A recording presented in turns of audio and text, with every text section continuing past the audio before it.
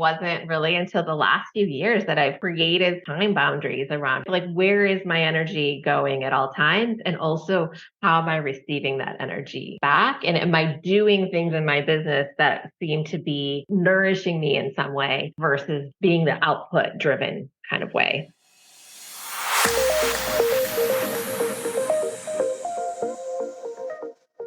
Hi, welcome to the Connect with Sheila Botello podcast. I'm an entrepreneur, self-care strategist, and creator of the Season Self-Care app.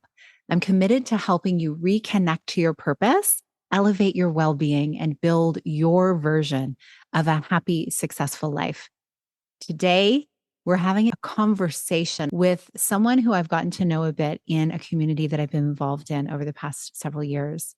Laura Brandenburg is an internationally recognized leader known for helping mid-career professionals start and succeed in business analyst careers.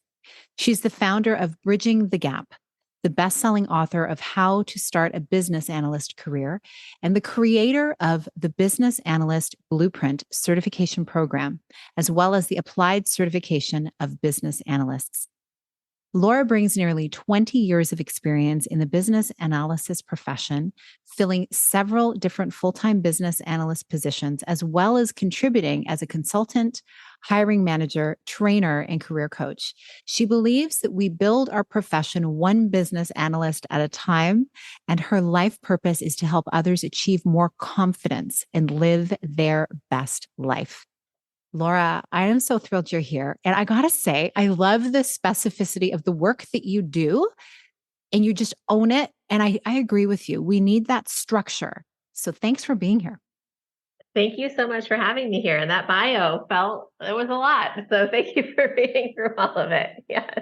Oh, it's great. Yeah. I love for people to really know the breadth of the work that people bring here, because it's so often we just are out living our lives and we can sometimes kind of forget all the cool stuff we've done. Sometimes it's nice to hear it back. And if I can do that in an intro, I'm going to do it. Awesome. Well, thank you so much. So I'd love for you to share a little bit about what led you into this line of work. And I want to begin with when you were young, like little Laura, were you the person who was able to find solutions, who had the analytical mind to be able to really bring structure to a scenario? Like, did you have that from a young age, or was that cultivated through education or environment? Know that anyone has ever asked me that question, and it's just fascinating to think about. I know when I was young, which is where I thought you were going to go with this question, like I wanted to be a teacher and I love to be a writer. And those are all skills that I'm using today in training. Right. But did I just find solutions? I want to say I probably saw the problems, and I see this in my 11-year-old daughter today. Like she will be like, why is the bus schedule? And why don't they do things at school this way? And I'm like, oh my goodness, you are so going to follow in your mother's footsteps in this career path potentially.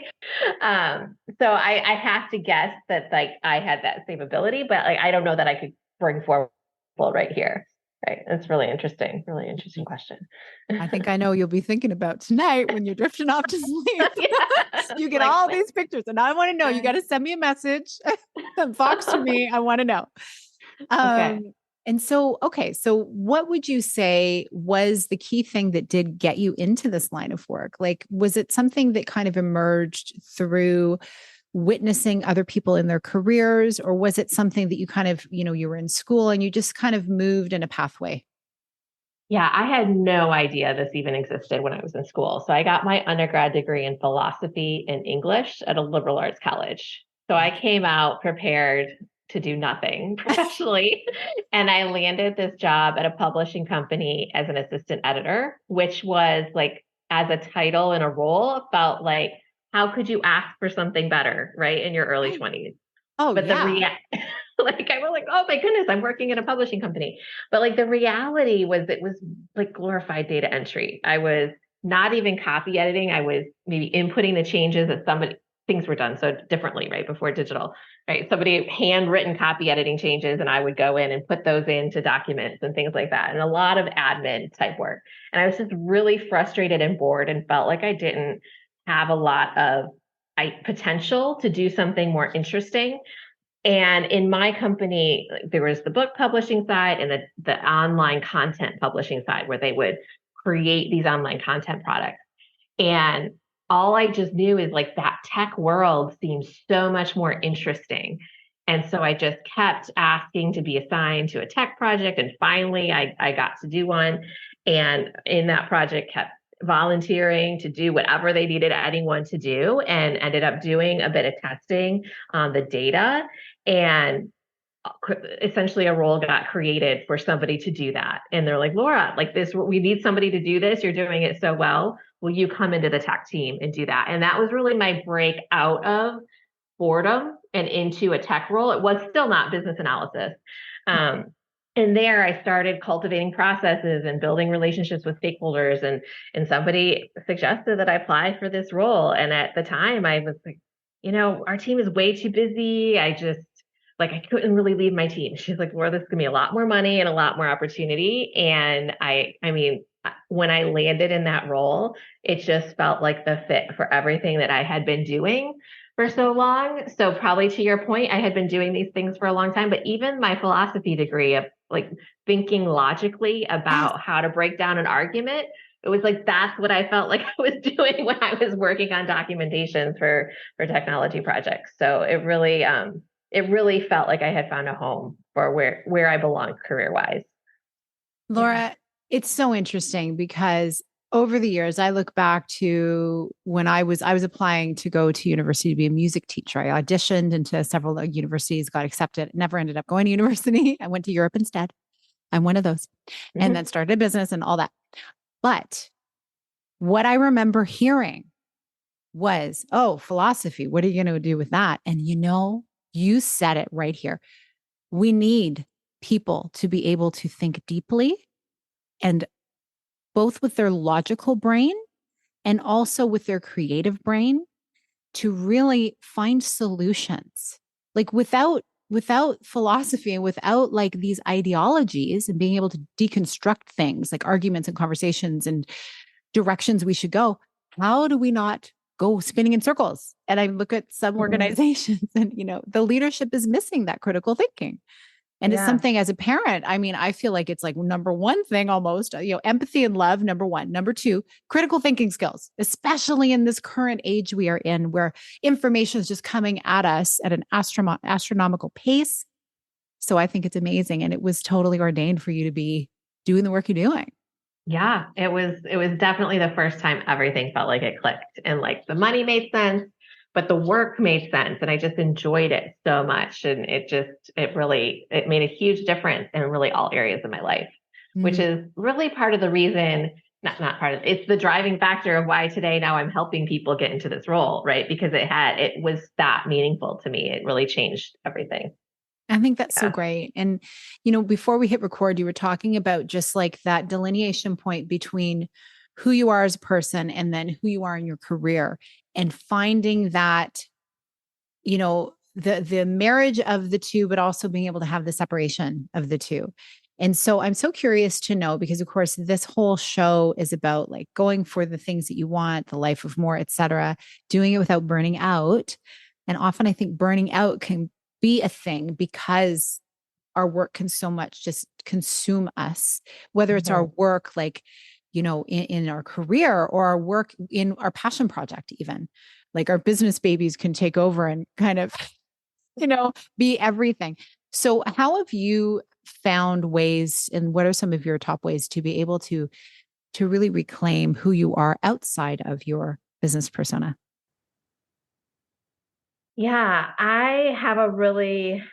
that has been something I have struggled with all along. I don't think I had that figured out in my early days as a business analyst, for sure. I mean, I was just so excited to have this, like, I was very self-identified as a student and very self-identified in work, right? And it wasn't really until the last few years that I've cultivated that separation of identity and created some boundaries around, really time boundaries around how much I put into my business, but not with like gosh, if I'm still checking emails a little bit late at night or on social, everything is wrong. Just with like, where is my energy going at all times? And also, how am I receiving that energy back? And am I doing things in my business that seem to be like regenerative and cultivated? Like, are they nourishing me in some way, versus just being the output driven kind of way?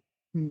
Yeah, Yeah. I love that. I love the word regenerative because that's really when I think about self-care, that's the essence of what it is. It can look different to everyone in terms of what the practice is or whatever it might be, like having a connection point with a girlfriend like every week or time alone in nature or whatever. Like self-care takes on many forms. But the ultimate underpinning of it is that it is to rejuvenate you and regenerate you so you can actually go out and create the impact that you were born for because you're filled up again instead of just being in a perpetual state of constant output, which is, like our world wants us to live as robots, right? So it's great that you've been able to figure that out for yourself. And now, as you are guiding other people through transitions, Mm-hmm. you have this beautiful knowledge and lived experience to be able to share with them so they can embody their own version of what that looks like. So talk to me a little bit about your like the structure, the framework, the maybe the even the energy behind what you do in helping people during times of career transition. What does that look like? Yeah. So one of the things about being a business analyst is it's a very ambiguous role. So it looks different at different companies. And I'm sure that's like true for a lot of people, right? You have your basic job description, but there's other things maybe people ask you to do, or you're really good at a lot of things. And so a lot of business analysts start to either get really fragmented in their roles or stretched too thin. And so, or if they're people looking to get into the profession, right, transition in, there's a lot of opportunities to do business analysis, even if you're not in the role. So part of the coaching I do with people is often just looking at an inventory of what does their work look like? So what are the key activities are you doing? And what are the key activities you want to be doing? Mm, And then what are the key activities that bore you? And this is really the transition I went in from editorial to QA, right? Is making that shift towards things that were more interesting. And so advising more, like sometimes, yes, big transitions happen, like you can snap your fingers, but more often, at least to get into to grow within the business analysis profession, we see them happen really incrementally and gradually. And so you can be really intentional about that by taking on the things that interest you and letting go of or delegating or somehow simplifying and removing the things that are less interesting and really refining your role over time. that Yeah. sounds an awful lot like my self-care strategy practice, Mm, where it's this whole idea of what we call in integrative nutrition, crowding out.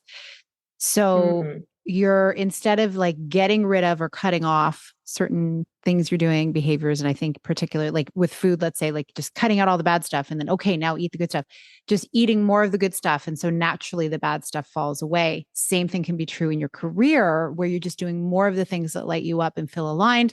So there's less space for those things that don't. Would you say that's kind of a fair comparison?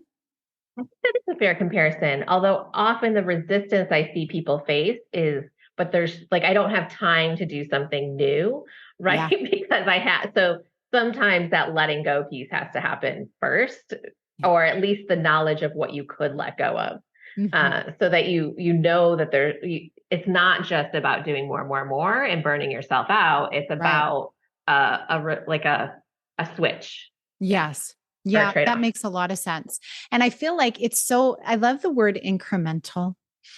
Mm, This makes me take a deep breath because so often we fear making big changes or saying transition is like, "Ugh," it kind of like we hear the brake squeal yeah. because that can be jarring to our nervous systems. And instead, when you think of incremental, it's like, it's just one little step, one little tweak, one little. And if you have, like you say, you have this idea of, okay, here's at least the idea and awareness of what I can let go of, Mhm. you move towards it instead of, okay, end date. There are those times like, how often do you find when you're working with people in this transition where they actually find themselves saying, you know what, this part of my job's dead to me. I'm cutting it off. Like, does that happen? Because I know people very intimately in my life who it's like, once they've checked out, forget it. They don't want to show up anymore for that piece of whatever they're doing. How often I does that will say happen? most people in our programs that have been more through a layoff situation, right? Where that decision has been made for them. And so then they're getting really intentional about, well, what does this next role in my career Yeah. look like? Yeah. Um, I have not seen I mean, analysts also are overthinkers and very cautious, right? So the idea of I mean, I left my corporate job kind of on a dime without a plan, but I think that is not advice that often really lands with people. To be like, oh yeah, just jump off into the deep end and trust that your savings will cover you until you can figure things out. Oh my Uh, goodness. I love that you said, no, they tend to be overthinkers, right? No, that's why we love them. They think of yes, all of the things.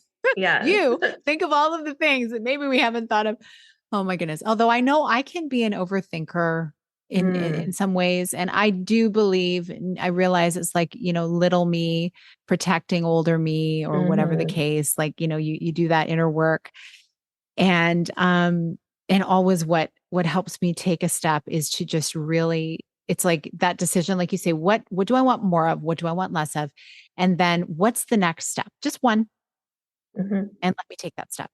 And Yeah. in moving and in move, even talking about the step, like I think this is the thing I'm going to do, this one step, it like gets your body and your kind of inner system into some form of action. And hmm it moves you through some resistance at times, depending Yeah. on how big the step is. So I would But it love, could be so small. Like a yeah, lot of times what comes up is, oh, I'm attending 5 meetings a week that I don't actually really need to be on, right? Because I had somebody say, well, it's really normal to invite 20 or 30 people to the meetings, but really I just need 5. And so most people are on there just multitasking anyways. It's like, why burn out your energy trying to stay half engaged if you can just decline? And if you really need the notes, like read the meeting notes after or get a summary from someone. So like often it's that kind of small stuff that frees up more time and energy than you would expect that you can then repurpose towards work that's more meaningful. Yeah. absolutely. And I love how you say time and energy because I almost feel like more than the time, it is the energy because hmm all the open tabs in our brain are already sitting there waiting. Then we're in a meeting and we're listening to things that really don't involve us. And it's nice to have a high view, but hey, give me bullet points. That's all I need, unless it's an hmm action item for me, like whatever the case. So I can see how the energy piece, like that's the thing we need to protect so that hmm if we protect that, we actually get more time to not just work more, but to maybe kick up our feet and take a little chill out so that we're more productive and hmm efficient in our actual role. This is so good. I'm so grateful that you got to share this. And I'm curious to know a couple things. Like what I'd love to end on is what's next for you in your career? What are some things that you are sharing with the world? How are you serving people that we can let people know about? Yeah, it's so interesting. I have been in a 2-year lull from a creative perspective, and just this year sort of came out of that lull. And so I am in like social media, creative, sharing content mode, but also feel like I mentioned how BA is sort of you know, an ambiguous role, and I'm really trying to explore the peripheries. So I've realized I've been in this container of oh yeah, I'm like with all my people who understand what a business analyst is and like how do I get outside that box and start to talk to people in those related roles or people using the skills doing other things. So that's really what I've been up to and really excited about lately is making connections and just having conversations like this one and getting to talk about business analysis, to be honest. Oh, Yeah. that's great. And actually, on that note, because you've been in the container and it's just so like normal to you just like, oh, people understand what this is. Give me maybe one or two concrete examples of, okay, what are KPIs, things that people have experienced or things that they've taken over the finish line as a business analyst? Like, what does it look like in real life? Yeah. So in a corporate setting, you would often see a business analyst being part of a software project of some sort. And so they would be working with the business to understand if it's an end user facing product, like what does the product manager want it to do? If it's an internal product, what is the business process that that product or solution is a part of, and really understanding the process level, and then either fixing or replacing or making some sort of change to that system, and not actually like developing it. That would be a software developer, but figuring out what that change needs to look like.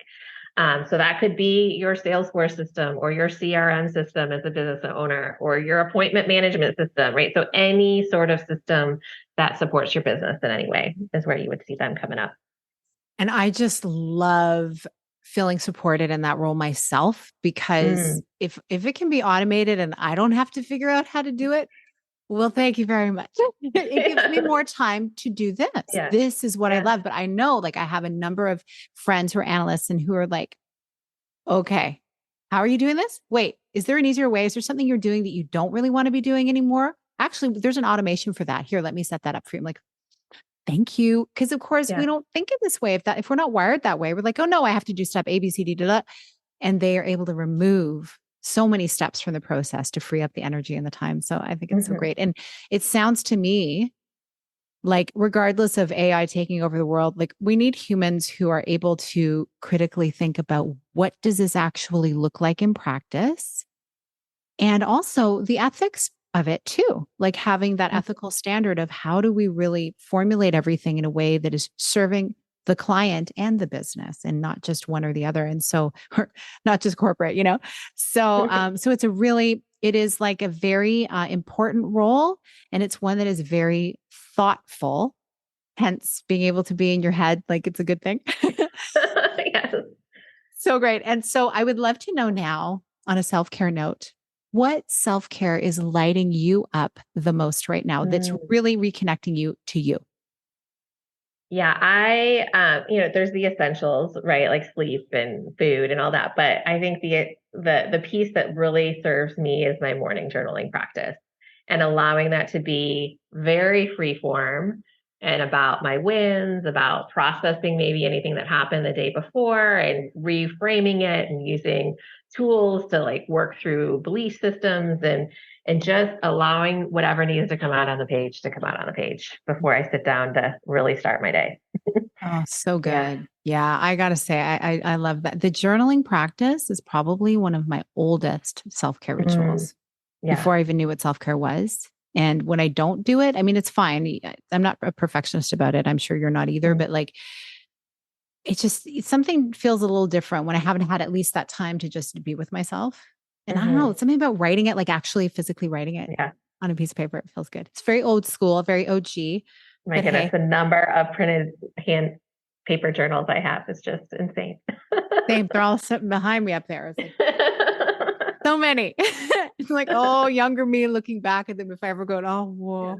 A lot of the same things written over and over. That's one thing. And then it's like, wow, I spent a lot of years focused on that. So it can be fun. We can laugh at our younger selves, because we didn't know what we didn't know. And we can actually just be, oh, little Sheila, it's okay. You're here now. It's all good. Well, I love that. And I just love that we were able to connect here. I look forward to connecting again, offline, as well as potentially hearing other things you're doing in the future, perhaps having you back on the show, because I just love to have follow-up conversations as well. Like, hey, how have the last year or two been for you? And so I really appreciate you just making the time in your busy schedule. This has felt like self-care for me, just having this conversation with you. Thank you. Me too. Me too. A lot of good self-awareness. You have some really good questions. So thank you so much for that. Well, everyone who's listening, I just want to say I'm really appreciative that you listen to these episodes. And I hope that this episode got you thinking about some ways that you can start to restructure the way you're doing your work in your life, that fills you up, that gives you expansive energy, and that really connects you to what you're meant to be doing. That was, I think, the underlying theme here, was really tuning into who you are at your core, so that you can do the work and live the life that you were meant for. So thank you for listening, and make sure that you tag us on social to let us know what landed for you. We would love to know. DM us, and all of the links to how to reach Laura are going to be in the show notes. So go check those out. Appreciate you. Have a beautiful rest of your day. Big blessings.